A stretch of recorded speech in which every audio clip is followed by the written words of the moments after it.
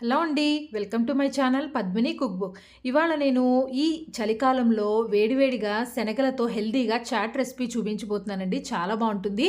Chat తయారు చేసుకోవడానికి బఠానీయే ఉండాల్సిన అవసరం లేదండి. మన ఇంట్లో శనగలు ఉన్నా కూడా వాటితో కూడా సింపుల్‌గా, హెల్తీగా వేడివేడిగా చాట్ తయారు చేసుకోవచ్చు.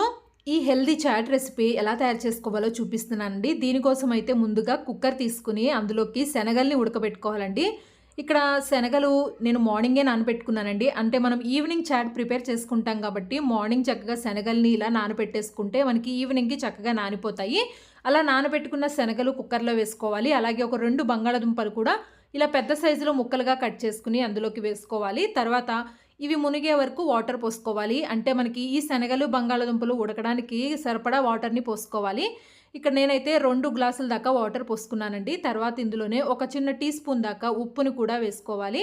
ఉప్పు కూడా వేసేసుకొని ఒకసారి మొత్తం బాగా మిక్స్ చేసేసుకొని కుక్కర్ మూత పెట్టేసి 3-5 విజిల్స్ వచ్చే వరకు మీడియం ఫ్లేమ్‌లో ఉడికించుకోవాలి. ఇక్కడ నేను తీసుకున్న కుక్కర్ పెద్ద సైజులో కుక్కర్ కాబట్టి 3 విజిల్స్ మాత్రమే తెప్పించుకున్నానండి. 3 విజిల్స్ తర్వాత చూసారు కదా మనకివి చక్కగా ఉడికిపోయాయి.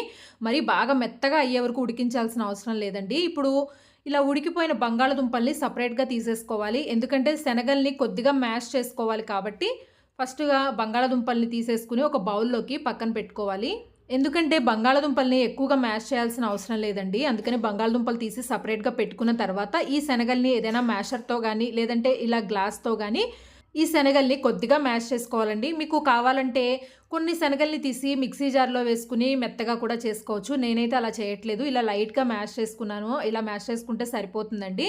ఇప్పుడు చాట్ తయారు చేసుకోవడం కోసం స్టవ్ వెలిగించి ఇలా ఒక బాండీ పెట్టుకుని అందులోకి 2 టేబుల్ స్పూన్ల దాకా ఆయిల్ వేసుకోవాలి. తర్వాత ఇందులోనే ఒక ఉల్లిపాయని అలాగే ఒక పచ్చిమిర్చిని సన్నగా కట్ చేసుకొని వేసుకోవాలి. మీకు పచ్చిమిర్చి ఎక్కువగా కావాలి, స్పైసీగా ఉండాలి అనుకుంటే పచ్చిమిర్చి కొద్దిగా ఎక్కువగానే వేసుకోవచ్చు. ఇప్పుడు ఉల్లిపాయల్ని ఈ ఆయిల్‌లో కొద్దిగా వేయించుకోవాలండి. బాగా ఫ్రై చేయాల్సిన అవసరం లేదు. కొద్దిగా లైట్‌గా పచ్చివాసన పోయే వరకు వేగితే సరిపోతుంది. ఇలా ఉల్లిపాయలు వేగిన తర్వాత ఒక టీ స్పూన్ దాకా అల్లం వెల్లుల్లి పేస్ట్ వేసుకోవాలి. ఈ అల్లం వెల్లుల్లి పేస్ట్ కూడా పచ్చివాసన పోయే వరకు ఇలా కలుపుకోవాలండి. అల్లం వెల్లుల్లి పేస్టు పచ్చివాసన మొత్తం పోయి ఇలా బాగా వేగిపోయిన తర్వాత ఇందులోకి ఒక పెద్ద టమాటాని ఇలా సన్నగా కట్ చేసుకొని వేసుకోవాలి. ఇక్కడ ఇందులో ఉల్లిపాయలు కానీ, టమాటాలు కానీ మరీ ఎక్కువగా వేగిపోవాల్సిన అవసరం లేదండి. కొద్దిగా పచ్చి పచ్చిగా ఉన్నా కూడా మనకి చాట్‌లో తినటానికి చాలా బావుంటాయి. బాగా మెత్తగా వేగాల్సిన అవసరం లేదు. టమాటాలు కూడా వేసి ఒకసారి మొత్తం ఇలా కలిపేసుకున్న తర్వాత ఇప్పుడు ఇందులో మసాలా పొడులన్నిటిని వేసేసుకోవాలి. ఒక పావు టీ స్పూన్ దాకా పసుపును వేసుకోవాలి. అలాగే ఒక టీ స్పూన్ దాకా కారం వేసుకోవాలి. తర్వాత మీరు తినే కారాన్ని బట్టి కారం అడ్జస్ట్ చేసుకొని వేసుకోవచ్చండి. తర్వాత ఒక టీ స్పూన్ దాకా ధనియాల పొడి, ఒక అర టీ స్పూన్ దాకా జీలకర్ర పొడిని వేసుకోవాలి. తర్వాత ఇందులోనే ఒక టీ స్పూన్ దాకా చాట్ మసాలాని వేసుకోవాలి. ఈ చాట్ మసాలా వేసుకోవటం వల్ల మనకి చాట్ పుల్ల పుల్లగా బావుంటుంది. తర్వాత ఒక అర టీ స్పూన్ దాకా గరం మసాలా పొడిని కూడా వేసి ఈ పొడులన్నీ కొద్దిగా వేగేలాగా కలుపుకోవాలండి. ఇలా కలిపేసుకున్న తర్వాత మనం ఉడికించి పెట్టుకున్న బంగాళాదుంపల ముక్కల్ని కూడా వేసుకొని వీటిని ఏమి మ్యాష్ చేయక్కర్లేదండి. జస్ట్ అవి ఆల్రెడీ మనకి చాలా మెత్తగానే ఉడికిపోయి ఉంటాయి. బంగాళాదుంప ముక్కల్ని వేసుకొని ఒకసారి లైట్‌గా అలా కలిపేసుకున్న తర్వాత మనం ఉడికించి పెట్టుకున్న శనగలన్నిటిని వేసేసుకోవాలి. ఇక్కడ శనగల్ని మీరు చూసినట్లయితే నేను మరీ ఎక్కువగా మ్యాష్ చేసుకోలేదండి. ఎందుకంటే శనగలు ఇలా ఉంటేనే మనకి టేస్ట్ చాలా బావుంటుంది. మధ్య మధ్యలో తినటానికి కూడా బావుంటాయి. శనగలు కూడా వేసేసుకున్న తర్వాత ఇందులో వాటర్ యాడ్ చేసుకోవాలండి. ఇక్కడ నేనైతే అదే కుక్కర్‌లోనే వాటర్ పోసుకున్నాను. మీకు మరీ చాటు పల్చగా కావాలి అంటే వాటర్ ఎక్కువగా పోసుకోవచ్చు. లేదంటే గట్టిగా కావాలి అన్నా కూడా ఒక గ్లాస్ పోసుకుంటే సరిపోతుంది. తర్వాత రుచికి తగినట్టుగా ఇందులో ఉప్పును కూడా వేసుకోవాలి. ఇక్కడ నేనైతే ఒక 2 టీ స్పూన్ల దాకా ఉప్పుని వేసుకున్నాను.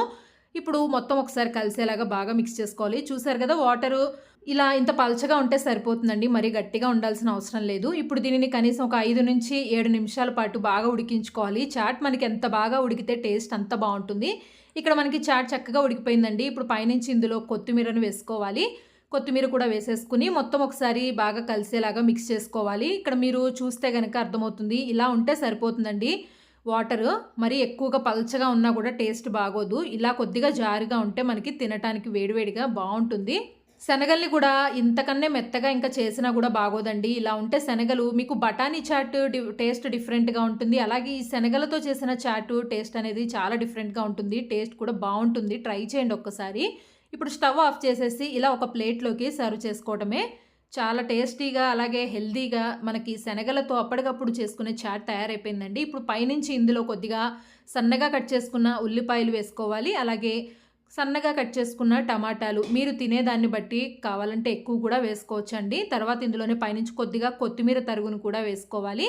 తర్వాత చివర్లో ఇక్కడ కార్న్‌ఫ్లేక్స్ వేసుకుంటున్నానండి. అంటే మనం వడియాల టైప్‌లో వేయించుకుంటాం కదా! అలాంటి కార్న్‌ఫ్లేక్స్‌ని కూడా వేసేసుకొని కావాలంటే మీరు నిమ్మకాయ కూడా పిండుకోవచ్చు. ఇక్కడ నేను నిమ్మకాయను కొద్దిగా పిండుకున్నానండి. ఎందుకంటే మనం ఆల్రెడీ చాట్ మసాలా వేసాం కాబట్టి ఆ పులుపు సరిపోతుంది. అంతేనండి, చాట్ తయారైపోయినట్టే. ఇంట్లో మనకి శనగలు ఎప్పుడూ ఉంటూనే ఉంటాయి కదా! అలా అప్పటికప్పుడు తినాలనిపించినప్పుడు ఇలా హెల్తీగా తయారు చేసేసుకోండి. ఈ వీడియో నచ్చినట్లయితే లైక్ చేయండి. నా ఛానల్‌ని సబ్స్క్రైబ్ కూడా చేసుకోండి. Thanks for watching.